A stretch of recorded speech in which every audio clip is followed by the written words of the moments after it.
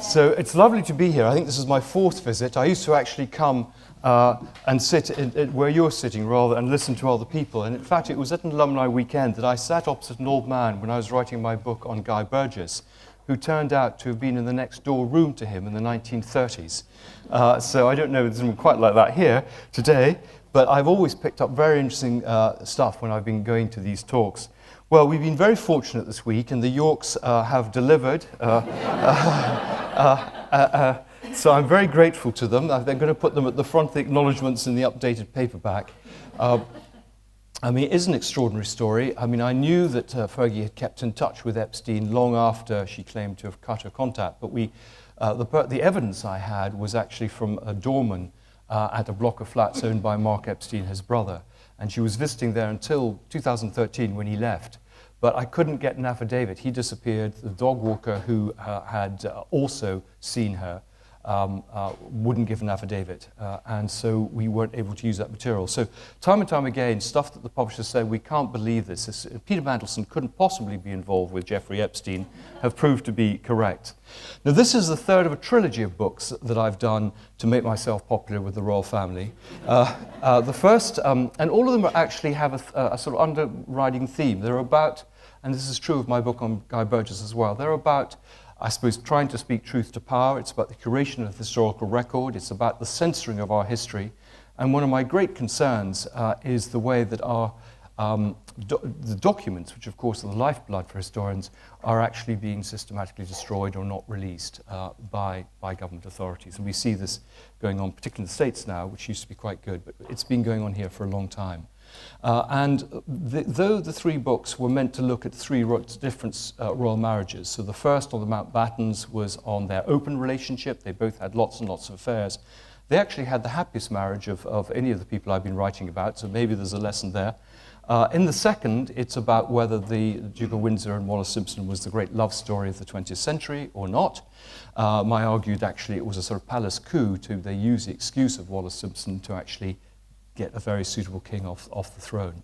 And then this is about the happiest divorced couple ever. Everyone is perplexed that this couple, who only actually were married for 10 years, they separated after 6 years, are still living together and seem the best of friends.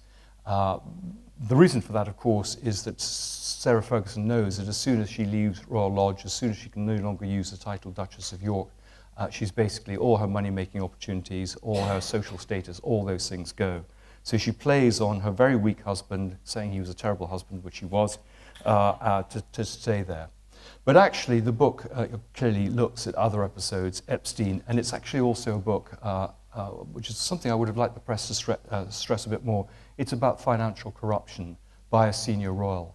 And the really shocking thing for me researching this book, and it pains me to say this, but I'm the messenger, is actually this corruption went all the way to the Queen. People would come and complain to the Queen about various things, particularly his time as a trade envoy, and nothing would be done. They would be sent away with a flea in their ear. She colluded with him to entertain some of these dodgy despots that he was doing business with. Every time he was sort of named in some Epstein scandal, she would give him a new title, make him a vice admiral, sit in the car with him, show her support. And so we've always been led to believe that she put the monarchy ahead of her own family. But I think with Andrew, she clearly had a blind spot. I've found in the course of writing this book that the institutions have come together, shall we say, to make writing this book very difficult. So not only everyone almost has to sign an NDA who has any association with the royal family, but Andrew and Sarah Ferguson told their friends not to talk to me, the Foreign Office told ambassadors not to talk to me, a 4-year campaign to get access to the papers for Andrew's trip as a special representative. This was as a taxpayer-funded civil servant. These papers should be in the National Archives, and they're not, and they won't explain what's happened to them. Every time I put in a question, they'll either say, we've got so much stuff, you've got to narrow it, and when I narrow it, they say they haven't got anything. We've also, one of the problems I've had with the book is I did interviews with papers, and then they didn't run them. Quite a lot of papers haven't covered the book at all. the word was put out that I'm a raving Republican out to get the royal family. Well, actually, my first book, John Buchan, was given by the royal family as a Christmas present to all their staff. I suspect this one is not given in the same way. I did meet Fergie, actually, on the actual day that he settled with Virginia Giuffre. Her mother had been at school with my mother-in-law, and also Diana's mother-in-law, and about half a dozen of Philip's mistresses, and I should say it was quite a small school.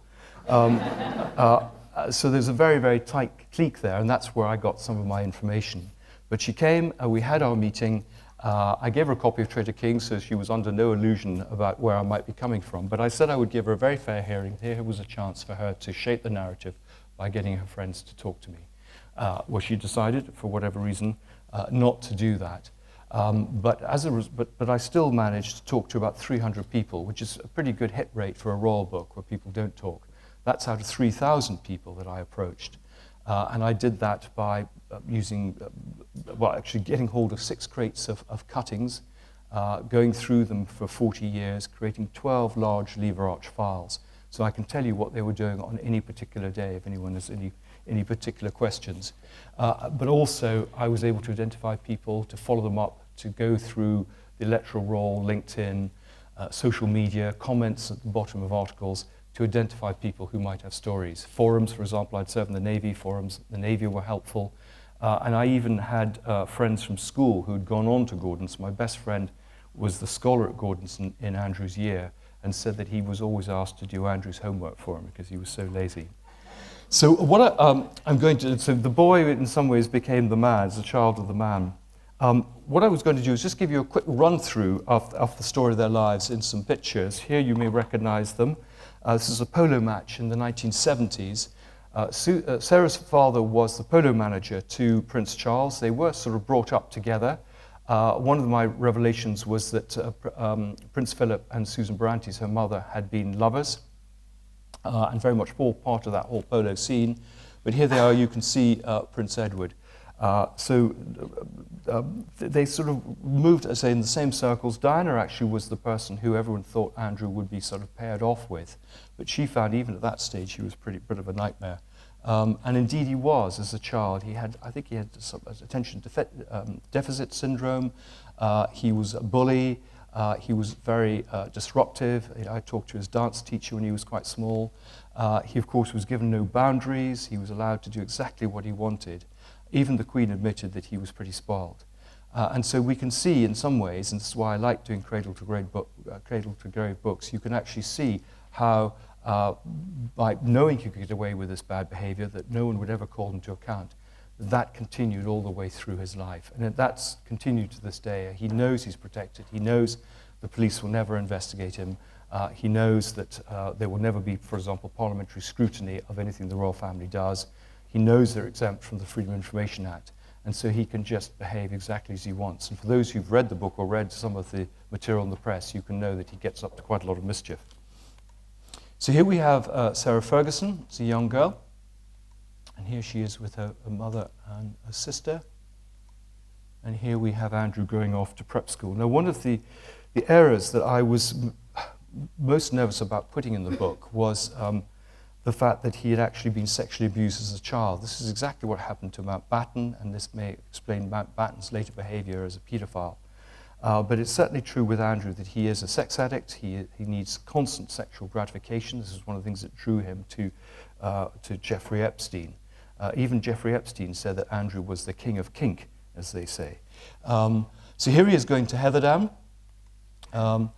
And from Heatherdown, he goes on to Gordonstoun. He doesn't follow most of his school contemporaries who go off to schools in the south of England. He follows in his father's footsteps up to Gordonstoun and his brother Charles and later Edward. Actually, last night I had dinner with someone who was at school at Heatherdown with him, and he had a story which I put in the book about how some pens went missing one day, and when they did a search of everyone's desk, they found the pens were in Andrew's drawer. Nothing was said, nothing was done. He'd written his name neatly on the box. Nothing was said, nothing was done. So this is another good example of how Andrew clearly got the sense of entitlement, that he could do what he wanted, and there would never be any consequences for him. Little did he realize he would come across Virginia Giuffre. So here he is at Lakefield. He goes off there. He's failed his O-levels. Sarah's managed to get 2, so done a bit better. He goes off to Lakefield and for 2 terms, and then comes back and retakes his A-levels. But really, I suppose the dominant experience of Sarah's life as a child was at the age of 13. Her mother ran off with this Argentinian polo player, Hector Barrantes. His wife and child had been killed in a car accident. She fell in love with him. She'd been having lots of affairs. Ron Ferguson had been having lots of affairs, so clearly there wasn't a great, shall we say, model there. And she went off with him. Rather like Diana's mother left, and Diana was brought up by her father. So this is the episode that Sarah says gave me my inferiority complex, made me overeat, made me want to be a people pleaser, made me very extravagant and generous. And there is some truth in that, though there are clearly plenty of people who've gone through very similar experiences in a rather less privileged way and not ended up like Sarah Ferguson. But stay tuned. She will go on Oprah. She will say she's got cancer again.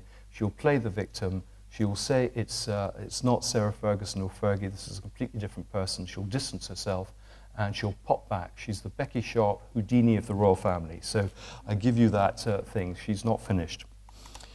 Here she is with her first boyfriend, a man called Paddy McNally. Just as Andrew had been drawn at Gordonstoun to very wealthy people, the jet setters in the Arcos family, people like that, she was drawn to very rich, particularly older men. Paddy McNally was a widower. He had made a lot of money in auto sports, and she went to live with him in Verviers. She was a very good equestrian and skier.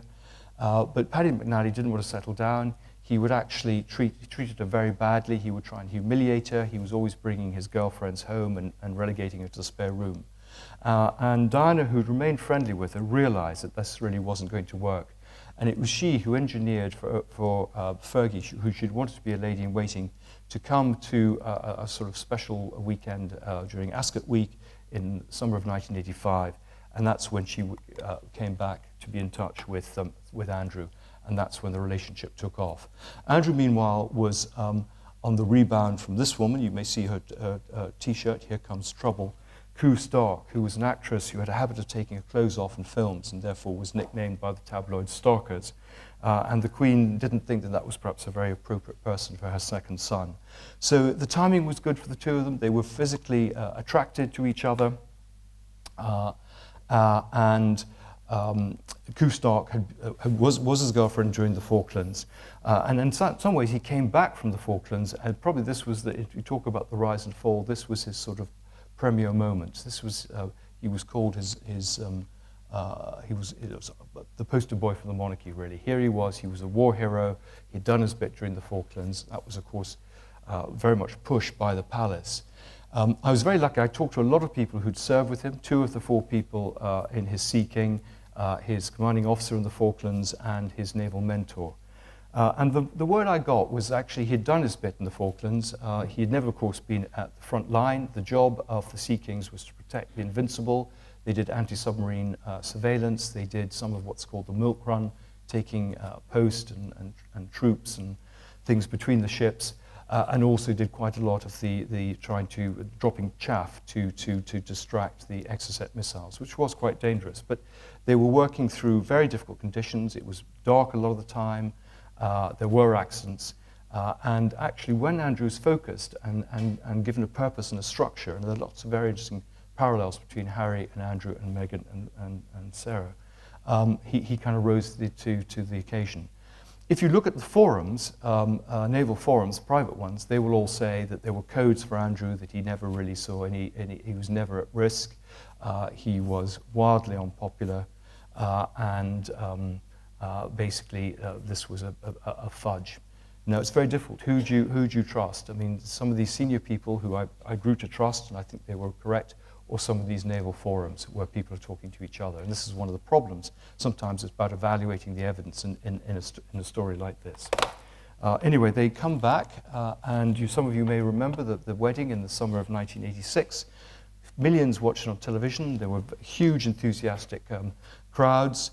You remember here they were chanting for them to kiss. She was seen as a sort of breath of fresh air. She had a career. She had sort of seen a bit of life. She was very natural and very exuberant.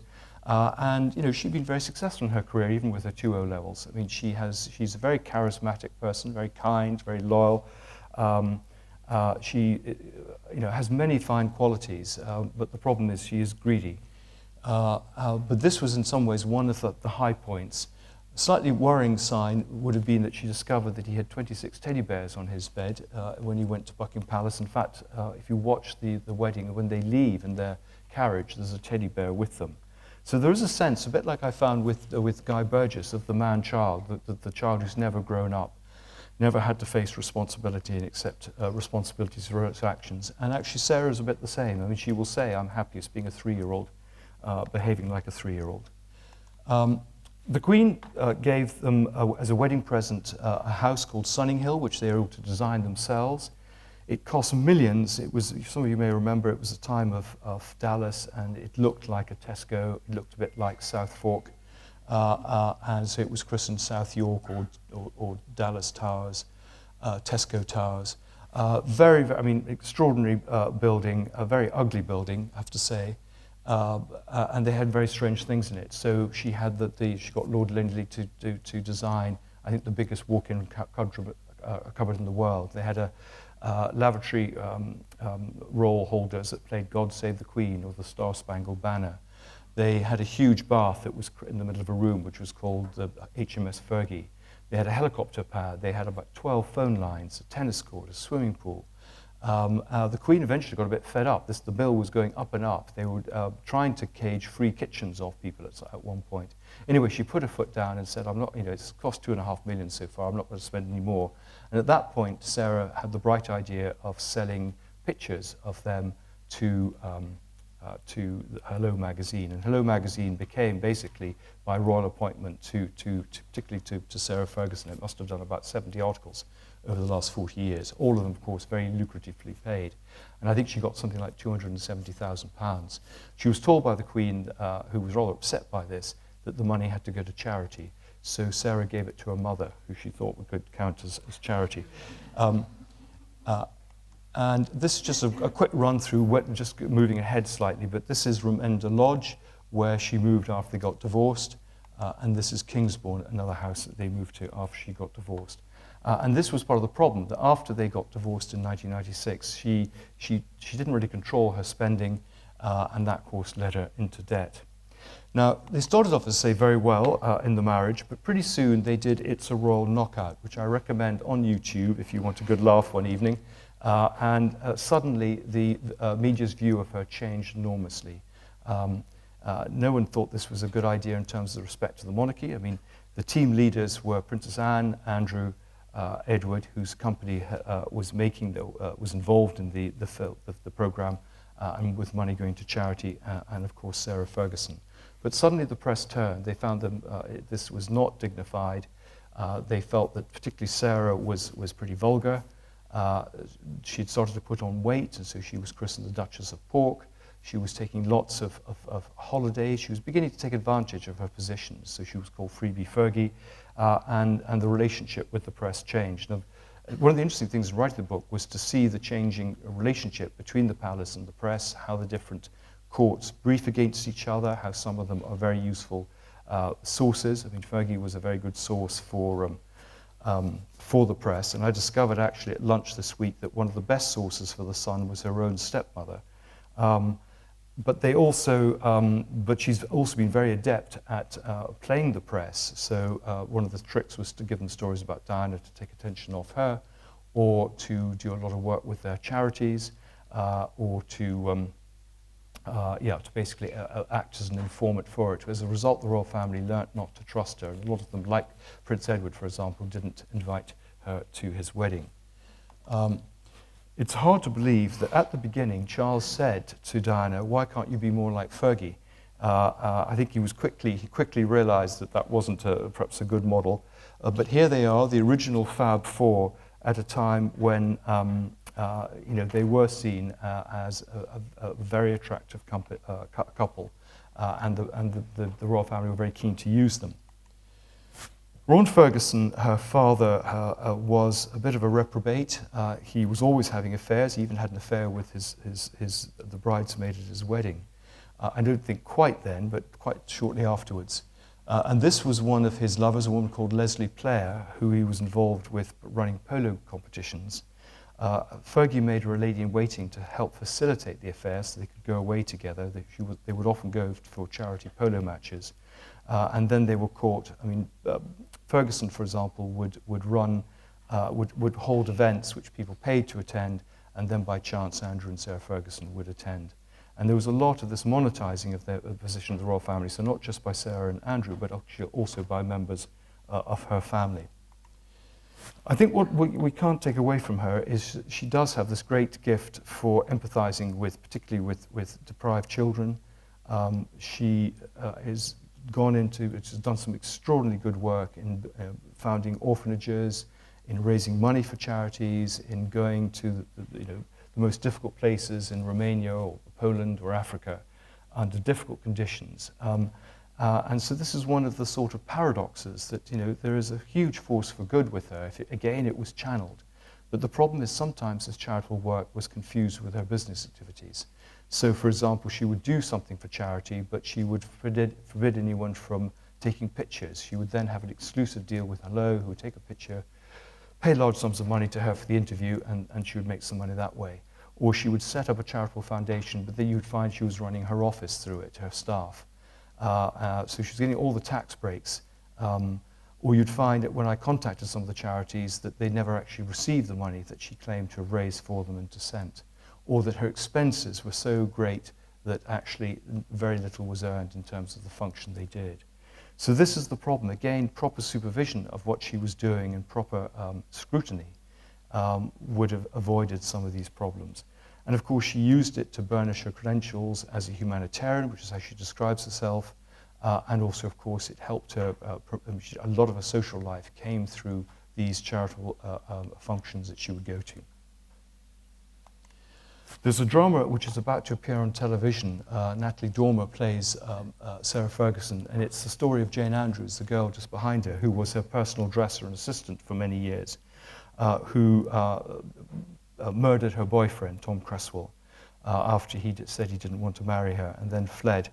And so she's just came out of prison a few years ago, but she became obsessed with Sarah. She wanted to dress like her. I unfortunately couldn't find a picture like that. She slept with Sarah's boyfriends.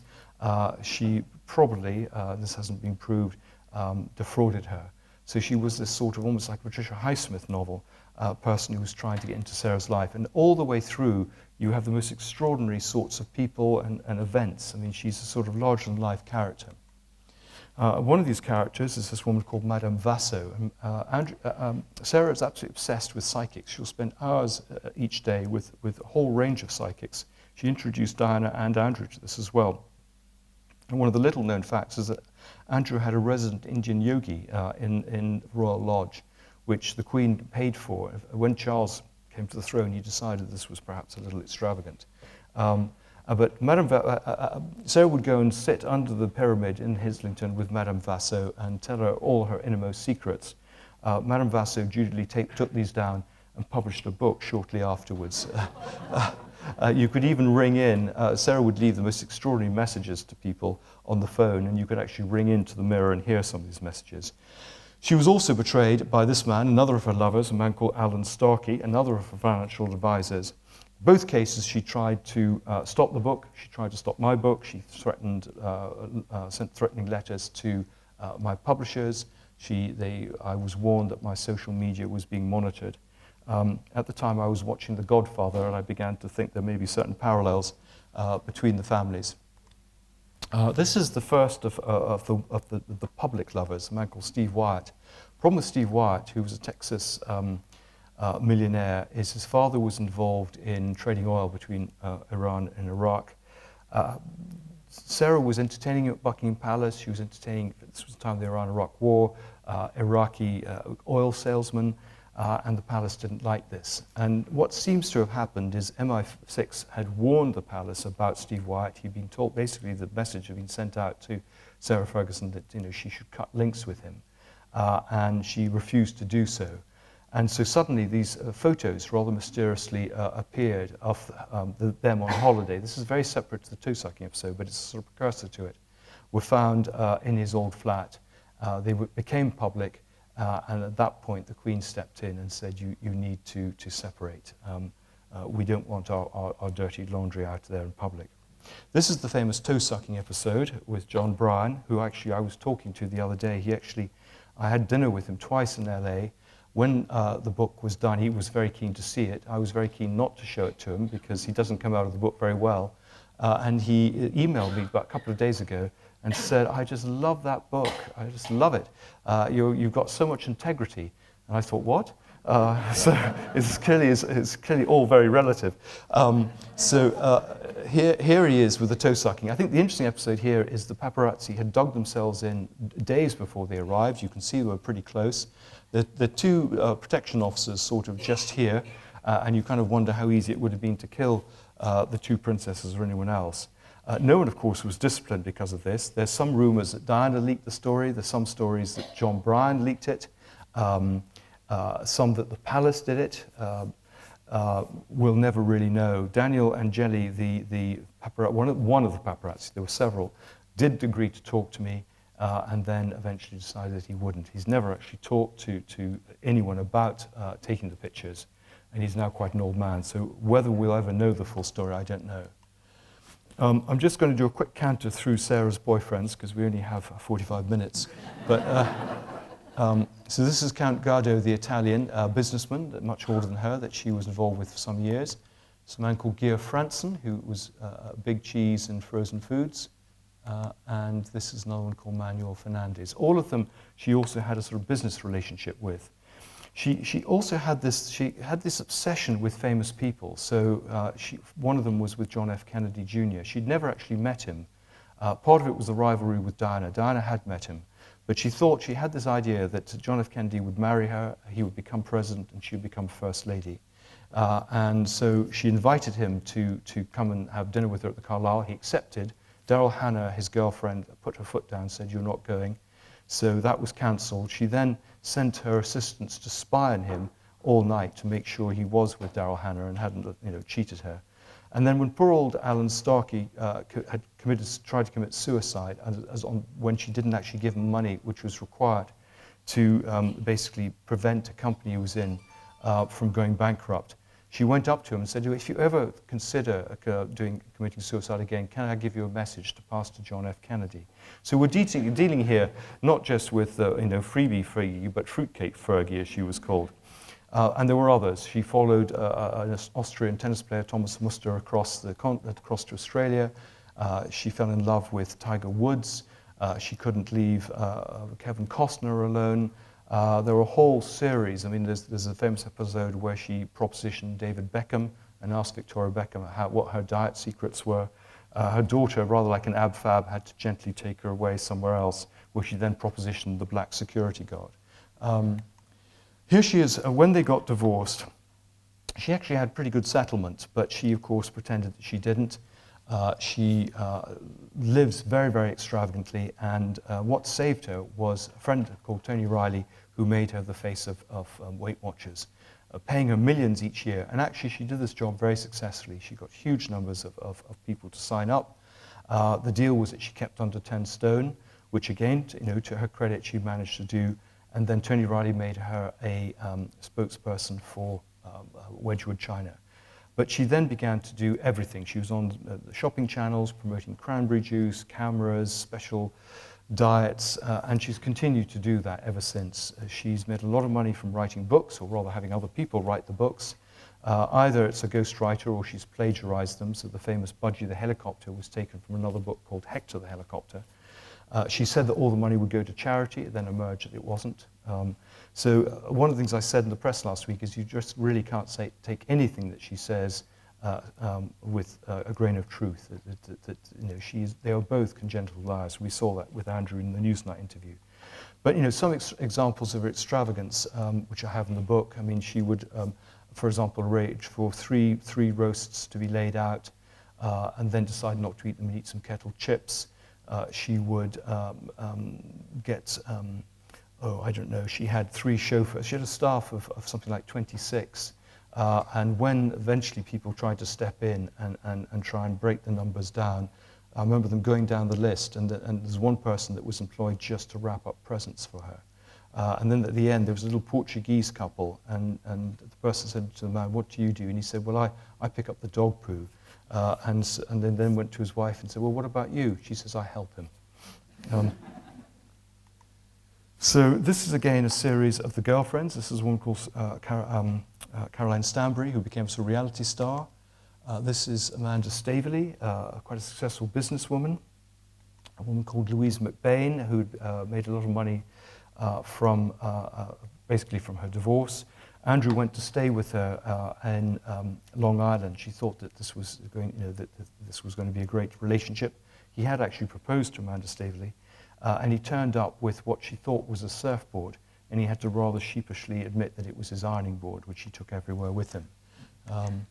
This is Angie Everhart, who's a Playboy model. So, I mean, in some ways, Koo Stark would have been nothing compared to the woman he tends to go out with.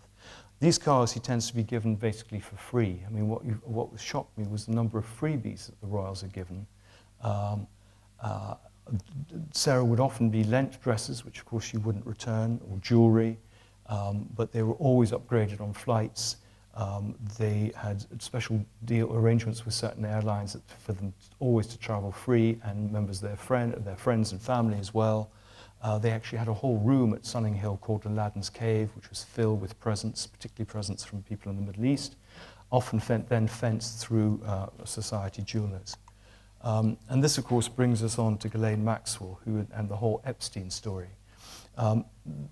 Epstein had a brief relationship with Ghislaine, but actually the main relationship was that she was his sort of procurer for girls. She could go out to the girls, they were taken in by her British accent, the fact she was a woman, and she was collecting these girls to satisfy Epstein. Epstein would need at least 3 massages a day to be happy. But she'd been a friend of Andrew. My own feeling, and it actually comes from, and it's confirmed by Ghislaine's testimony the other day, is that actually Ghislaine and Fergie were the original friends. They were big society figures in sort of expatriate society in New York in the 1990s. And I think they met first, and it was actually Fergie, and this is what Ghislaine also says, that introduced Andrew to this circle and to Epstein. Epstein took a particular sort of pleasure in the fact that Andrew was also one of Ghislaine's lovers, not pretty much at the same time. So it's all part of this very, very strange sort of sexual dynamics that went on. And then this is another of Andrew's girlfriends. No one's actually really known anything about her, called Denise Martel. He's the godfather of her son, who looks remarkably like Andrew, I have to say.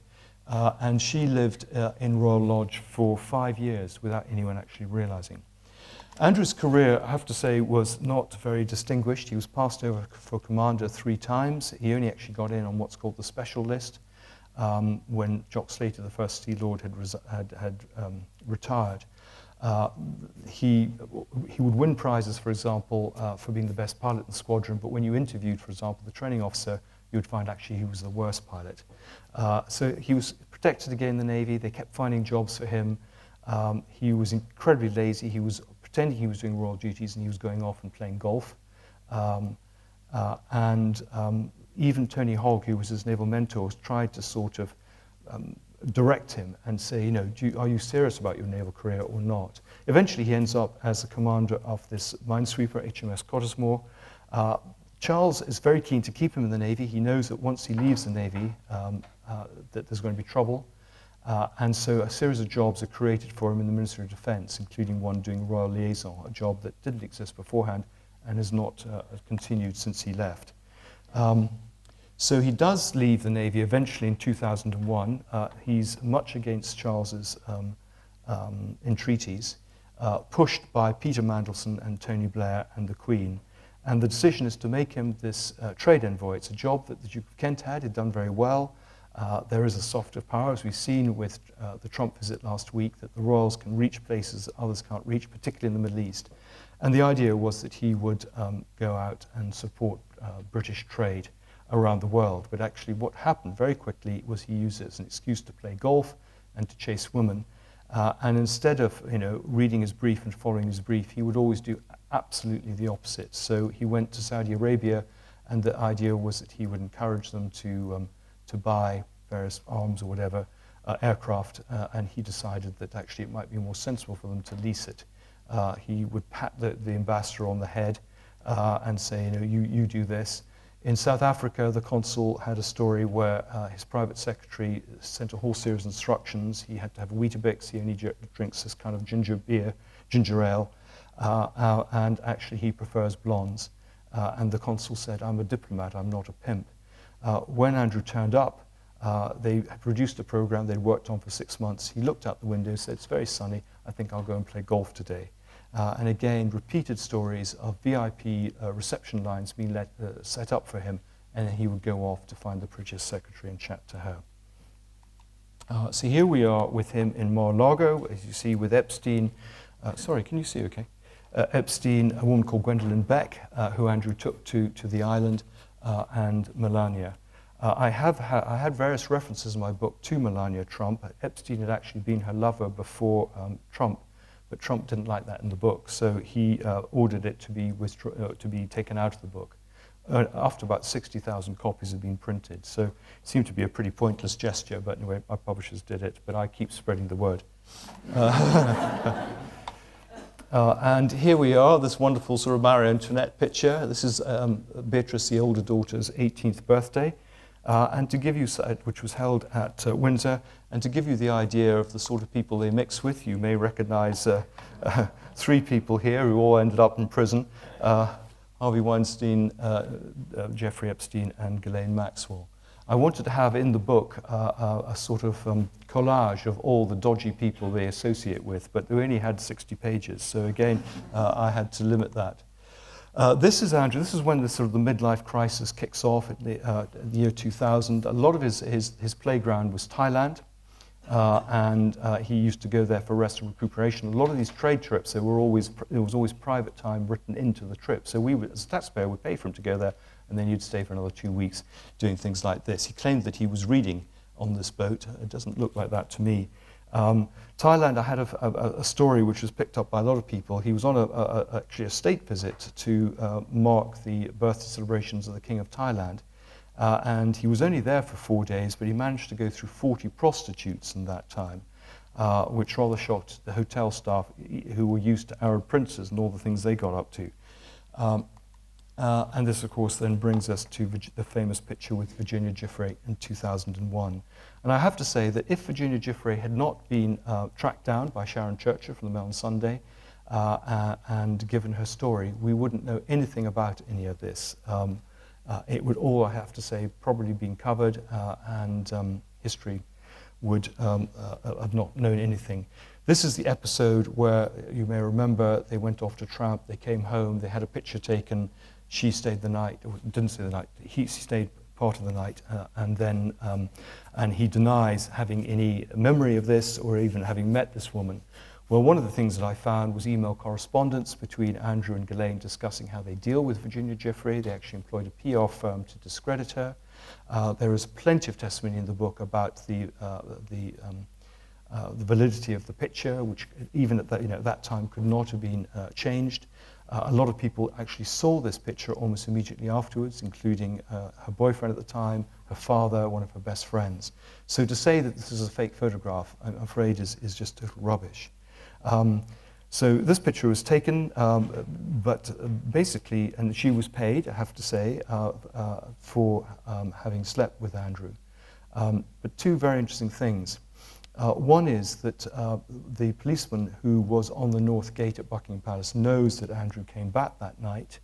He wasn't down and working at a Pizza Express, and he asked to have, under data protection rules, the logbooks for that night, which he was entitled to have. And the palace said, I'm afraid you can't have these under grounds of national security. And then when he said, well, actually, there's no national security here, there are data protection rules, and you must release them, they then said that they had actually destroyed the material. So that's one bit of evidence on this. The other thing I found shocking was to discover that, and this wasn't a chance occurrence, Andrew actually ordered her out of a catalogue of pictures. He kind of looked at it in the way you might choose some wallpaper, and poor old Virginia Giuffre was shipped across to him. And that was a photo book that was used on the island. Lots of people saw it and passed around the various bigwigs to order their takeaway.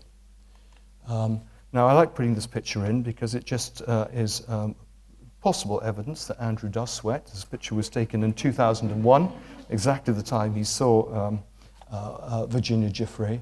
And you could go through almost every statement that he made in that Newsnight interview and show the whole thing. They were all complete lies.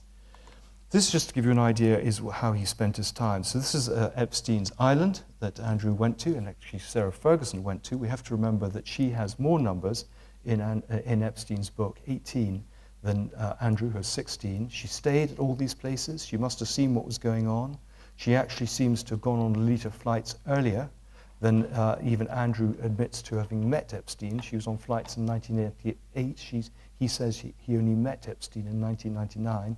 In fact, they both met him in the early 1990s. And of course, they both said that they cut off all contact with Epstein in 2010, beginning of 2011. They were appalled by his behavior. They never noticed anything, and they would never have anything more to do with him, except then we now find emails with Andrew saying, let's play a bit more to Epstein, done in 2011, and Sarah staying in Epstein properties in 2013. Here is the ranch, the Zorro Ranch in New Mexico. Here is the Palm Beach place, and here is the townhouse in Manhattan. They stayed so often they actually had their own suite of rooms called the Britannia Suite. So I'm just moving sort of quickly through to the sort of financial corruption bit. And I think, again, one of the reasons I wanted to get access to those files of who traveled with Andrew on these trips, who they saw, what they did, was I know from talking to ambassadors that what Andrew was doing was not promoting British trade.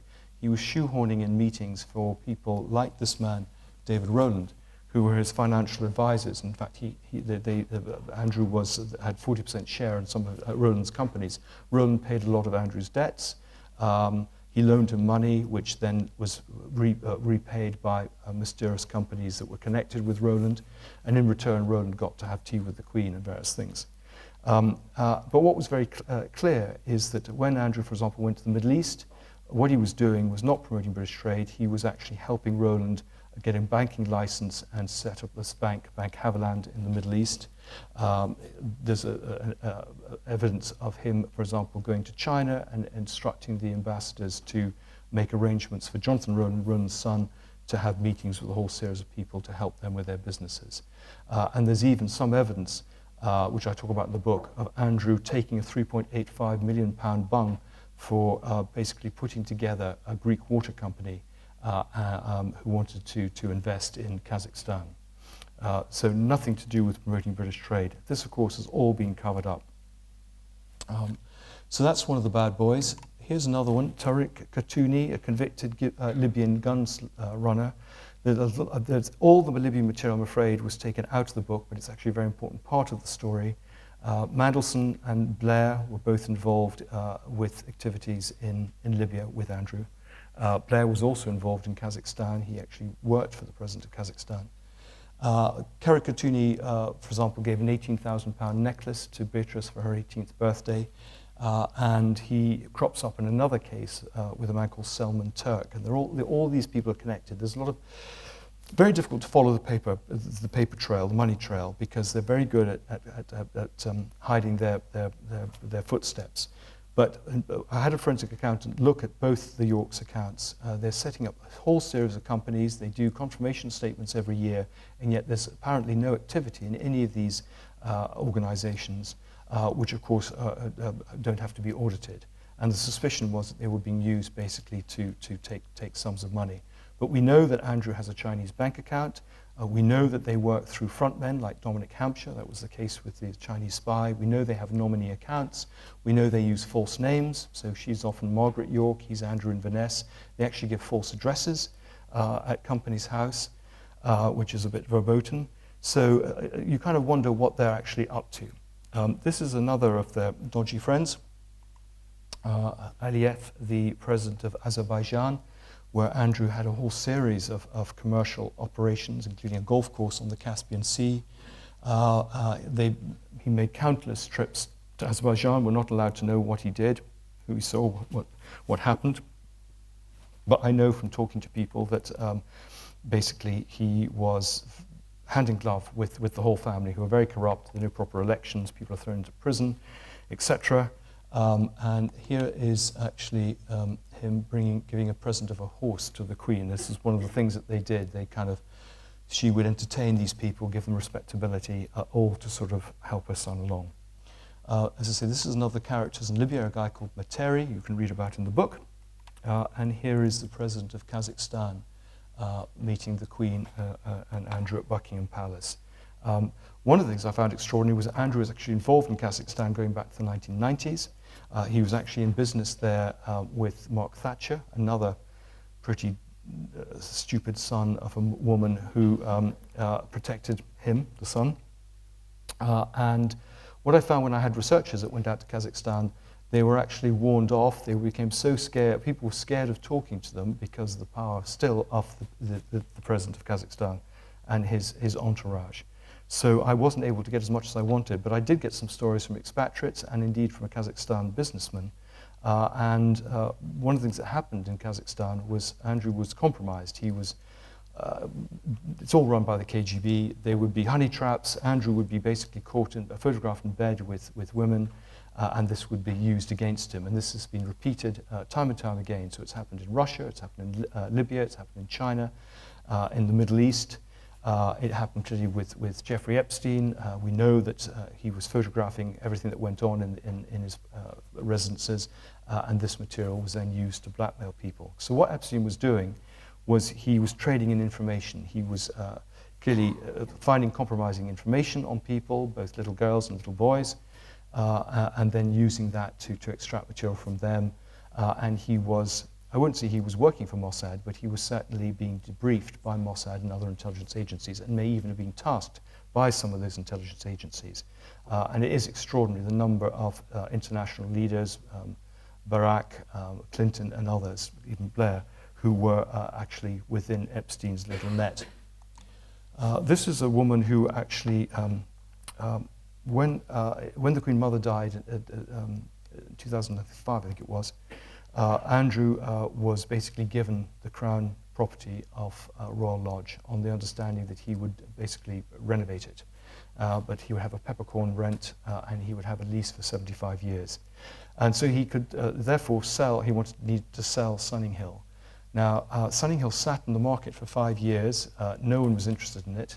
It was actually so derelict that Bracknell Council wanted to take it in as a hostel for homeless people. It was advertised for £12 million. It was actually valued at £6 million by surveyors, because by that stage it was, people had come in, they'd stolen a lot of the York stone, the windows were broken, all sorts of things. But miraculously, this one here, Goga Ashkenazi, who I think probably was a girlfriend of Andrew's, but was the mother of the children of the son-in-law of the president of Kazakhstan, Timur Kumilev. Anyway, Timur decided to buy this property, but he didn't actually pay for at the asking price. He decided to give him £3 million more, which one does, of course, when a property's been on the market for 5 years and no one else has been interested in it. And of course, Buckingham Palace said this, of course, is a very legitimate purchase. But of course, when you talk to people, they say this was all about money laundering and all about basically a little thank you present to Andrew for all the good work he'd done in Kazakhstan for introducing people and helping them. This is a man you may recognize who claims that he's never actually met Andrew. President Trump was very good friends, as we know, with Epstein. He was also very good friends with Andrew. They talked about women, golf, and money. I have sort of locker room conversations that they would have of swapping lists of masseurs and things, which New York officials, the people at the consulate were really shocked about. And the two were very matey, and Andrew would go to Mar-a-Lago. They would see a lot of each other. Andrew was quite helpful to Trump with the development of his Turnberry golf course, etc. Anyway, this is the man that, a bit like Virginia Giuffre, I have no memory of. And this is another important figure, Johan Eliash, who was another of Andrew's sort of financial supporters. He had a house in Thailand, where he often stayed. He set up various companies for Andrew, particularly one called Naples Gold. And so, again, investigating the sort of money trail, Johan Eliash is one of the key players. And this brings us on to our friend Jeffrey Epstein. Well, Jeffrey Epstein in 2008 had been basically girls. One girl had gone to her step-parents and said that she'd been paid large sums of money to give massages to Jeffrey Epstein. Then, when there was investigation by the Palm Beach Police Department, they discovered there were literally hundreds of girls who'd gone through this experience. Epstein was charged with a whole degree of charges to do with child prostitution and sex trafficking. There was pressure put in from the top, and you may have read that basically he was in the end only convicted of one charge of soliciting a child for prostitution. The line was he has intelligence links, basically stay away from him. He was given a sentence which allowed him to spend all day at his office in Palm Beach, even allowed him to go off to the island and abuse more young girls, and he would just spend the evening, the night in the prison. Anyway, he came out in 2009. Everyone knew what he had been charged and he'd served a sentence, but of course people like the Yorks continued to remain friendly with him. And eventually, after a certain public furore, Andrew decided in December 2010 that he would go and personally say that this was the end of the friendship. That he managed to draw this out over 5 days with dinner parties in his honor, to do a little bit of side business with Casinos because he got us to pay for him to go there in the first place. He managed to get £150,000 from Fergie on that trip, and he also had conversations with Epstein about whether Epstein had compromising material on him. Epstein absolutely played him. It was a relationship, I say, of a rattlesnake and a mouse. Epstein could see all the paparazzi were outside, and so he basically went for this walk in Central Park, knowing that the photograph would be taken. This would, of course, establish his links with Andrew and clearly cause Andrew some discomfort and put him back in quite a strong position. And we then move on to the famous Newsnight interview. Now this was done on the basis that there was all this stuff coming out, and Amanda Thirsk, who was Andrew's private secretary, thought the best thing was to lance the ball for him to give an interview. Now normally when you do these things, you'll have very prescribed questions, you will keep it very short, and your principal will be briefed. You know, if you think of prime ministers and prime ministers' questions, they go through all the questions that might be thrown at them. Now, this Newsnight story, which has become famous, Emily Maitlis made a reputation on it. She wrote a book, there was a film, and the same with Sam McAllister, who was the booker for Newsnight. I have to say is complete rubbish. The real story is that the BBC were not keen to investigate Andrew. There was this maverick unit of Panorama in Ireland run by a man called Andrew Head. And Andrew Head was quietly under the radar, mounting an investigation into Epstein.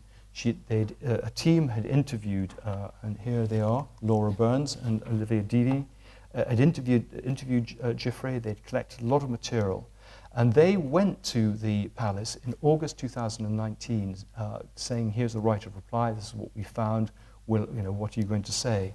The palace, who had been in discussions with Newsnight, but on a program on Pitch at the Palace, which was a charitable endeavor to bring investors and entrepreneurs together, which was run in St. James's Palace and did a lot of very good work.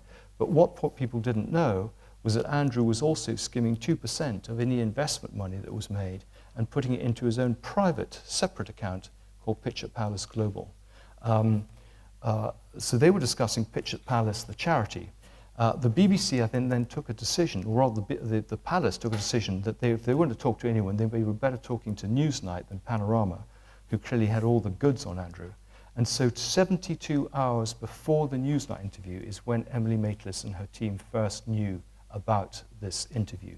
So all those stories about the months of preparation and the meetings, all complete rubbish. The fact is, 72 hours before, Laura Burns is told to go and give all her research to Emily Maitlis and the Newsnight team, and they will do the interview. And even then, she says that they got a lot of things, they could have been much, much tougher. I mean, it was a pretty bad interview, you remember, but it could have been far worse if, in fact, it had gone back through Panorama. So I'm pleased that poor old Laura Burns, who had got no credit for the work she did, was never mentioned in any of the, on the programme or in the BAFTA Awards, who left the BBC in disgust, a single mother, and is now left and is doing something completely different. I'm glad to give some sort of tribute to the work she did. This I've just put in there because I like the headline, but it's not unusual. I mean, he does like massages. He is very, he treats them all as sexual experiences. I mean, this was a respected masseur from the Wentworth Club. There's a bit in the book about it, but he's incredibly coarse. And even now, he has masseurs brought into him on a regular basis. He likes having them to country music. I talked to his driver, one of his drivers the other day, and one of the things the driver did was he used to go and pick up masseurs from Heathrow Airport and bring them to Andrew every Sunday afternoon. That was how he spent the Sabbath. And then this is just one of the unfortunate people that Sarah Ferguson likes to mix with, P. Diddy, charged with sexual offences of various kinds. She presents herself as a great mother, but when you actually talk to the parents at the schools where her children were, you find that actually they never went there, and that surprised people. They never, whether it was at the Coworth Park, which was the school, the sort of prep school they went to, or at Marlborough later on, they actually never saw the Yorks. And in fact, when you talk to nannies, they will say that when there's a photo opportunity, Fergie will turn up and be with the children, and as soon as the cameras are switched off, she'll pass them back to the nanny. She actually wasn't there for most of the children's youth. She was actually making money in the States, to her credit, but she wasn't there. And the people who brought up the children were actually the police protection officer and the nanny, which is probably why they're so well adjusted now. And then here are some of Andrew's friends. You may remember Tenbo, the alleged Chinese spy who was his big man in Pitch of the Palace, China. I have to say, he's only one of many spies. Everyone got terribly upset by him, but I felt like saying, God, there's so many spies, Chinese and Russian, running around this lot. You should refocus your energies. But that was the reason, of course, they couldn't have Christmas at Sandringham. This is another rather dodgy character called Johnny Hon, who's a Hong Kong businessman, and who pays Sarah £270,000 a year, but neither he nor her will say what that money is for. There was a court case because £40 million of Chinese investors' money, which he raised on the strength of having her as a director, suddenly mysteriously disappeared. And in the court case, it emerged that he, for example, was funding some of her business. It was a theatre company, but he was funding some of her food companies. He was paying £6,000 to have lunch with Prince Harry, which seems expensive to me. He was paying, I think it was £5,000 to have a sort of a yoga lesson with a supermodel. Anyway, it was all frittered away. But Gate Ventures is the case, and this man, Johnny Hon, has very, very close connections with the Chinese authorities and with actually with North Korea as well, and I think is ripe for investigation. And then this is another of the cases. A lot of the information came from actually court cases. This is a case in 2022 with a man called Selman Turk, who was accused of defrauding a Turkish millionairess of money that he had to basically get out of Turkey and invest for her. And in the course of the High Court case, it emerged at one point, I think £3 million had been paid to the Yorks. 750 to Andrew, I think 350 to Sarah, and about 25,000 to one of the daughters. Money which they first of all said was a wedding present for Beatrice, whose wedding you may remember had 20 people. It was a birthday present given 5 months before her birthday. She confessed that she didn't even know who Selman Turk was. And then it was meant to be some money for Andrew getting a passport for this Turkish millionairess, which of course he's not able to do. It's much more likely the whole story was shut down. The press didn't report it. I think only Bloomberg and then the Mail. But also, no one would explain. They wouldn't explain where this money had come from, what they were doing for it. It appears again to have been some sort of money laundering. Tarek Khatuni was involved. Selman Turk had just the week before won Pitch at the Palace, and so he was very happy. And so there are all these little snippets that you know something's going on that isn't right, but really hard to pin down. Anyway, we have this idea that they have no money, but this is the Swiss chalet that they eventually sold for £18 million. They hadn't quite been able, they bought it off a woman. They used to go and stay there and liked it so much, they bought it off the owner. They couldn't quite afford all of it, so that they were short by £6 million. And so the lady took pity on them and basically let them write that off because she felt sorry for them. They then promptly went and bought 2 houses in Belgravia with the money they'd saved, and these are the houses that are being sold at the moment. Anyway, eventually they sold it for 18 million. So when people say they've got no money, I would just caution you. Andrew inherited money under trust funds from the Queen Mother. He inherited money from the Queen. He has continued to do business in places like China and the Middle East. And she, of course, has all her money-making operations. So there's no reason for them to ever be thrown out of Royal Lodge as long as they pay for the upkeep, which they're perfectly able to do. Here we have Royal Lodge. So that is, again, one of the mysteries, because that they aren't doing more there. And then I end with Andrew's greatest protector, who, of course, he's lost, the Queen. Charles has sort of, I think, taken on that mantle. I think he gave an undertaking to his mother. He would take care of Andrew. But clearly there are big tensions in the royal family at the moment. They see him as causing a huge amount of reputational damage. It'll be interesting to see what transpires in the coming weeks as more material is released. Anyway, sorry, I've done my hour, so a little bit longer than I expected, but very happy to answer any questions.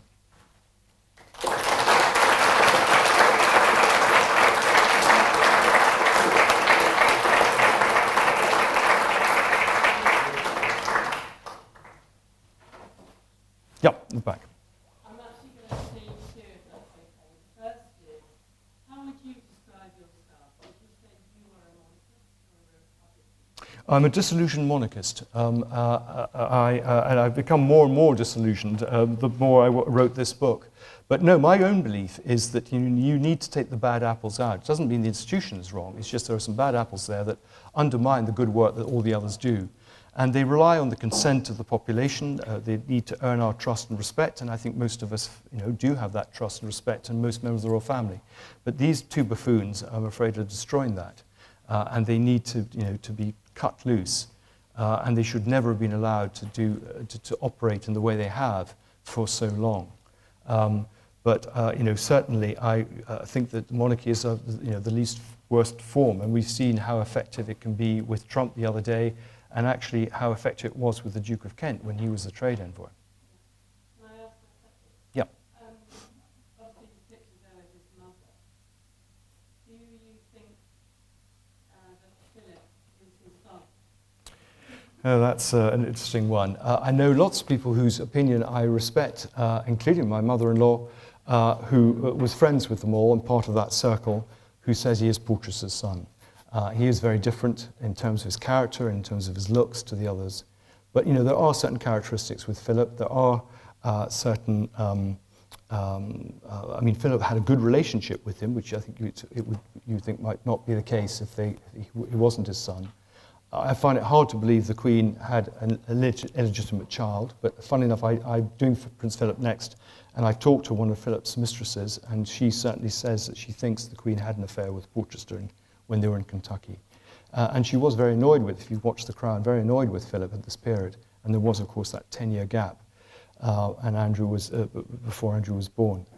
So I don't know. I didn't put it in the book. I found no hard evidence. I know that tabloid journalists have been trying to get hairbrushes from various people and try and work it out. But I think my feeling is probably not that he is Philip's son.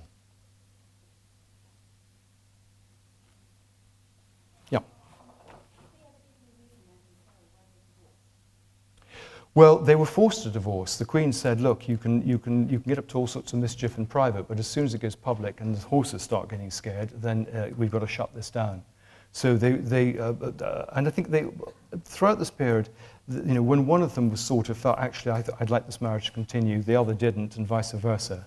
I think they both quite liked the idea of being married, but also having affairs. I suppose that's true of a lot of people. And this allowed them to do that. And they clearly could co-parent the children. She, as I say, was desperate to keep her links to the royal family. So, there hasn't been a sexual relationship with them, I don't think, for many, many years. But, they get on well together. They're Bonnie and Clyde. They're joined together as partners in crime.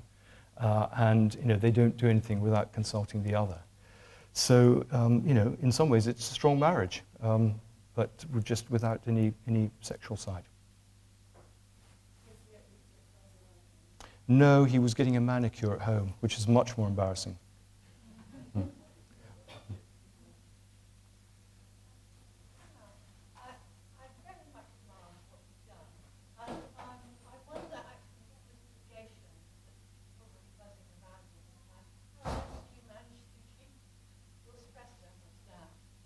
My blood pressure down. Stress, yeah. Well, I find I quite like it. I mean, every time they put some pressure, that just galvanizes me more. But I do keep quiet from my wife because her blood pressure goes up. I've already had one court case, some of you may remember, with trying to get access to the Mountbatten papers, the private diaries and letters, which were bought with taxpayers' monies to be open, and they didn't open them, and I had a case to open them. I think 33,000 pages eventually we got released. But it cost me £500,000 in legal fees. So we had to remortgage our house and do all sorts of things. So I've been told not to do anything like that again. But the Collins are very good, they're very robust, and we had to get 18 proofs, not because of the writing, but because it went to and fro the lawyers. And so much stuff was taken out, about 20 pages was taken out, much of which is now proved to be true, but they didn't want to risk it. Yeah.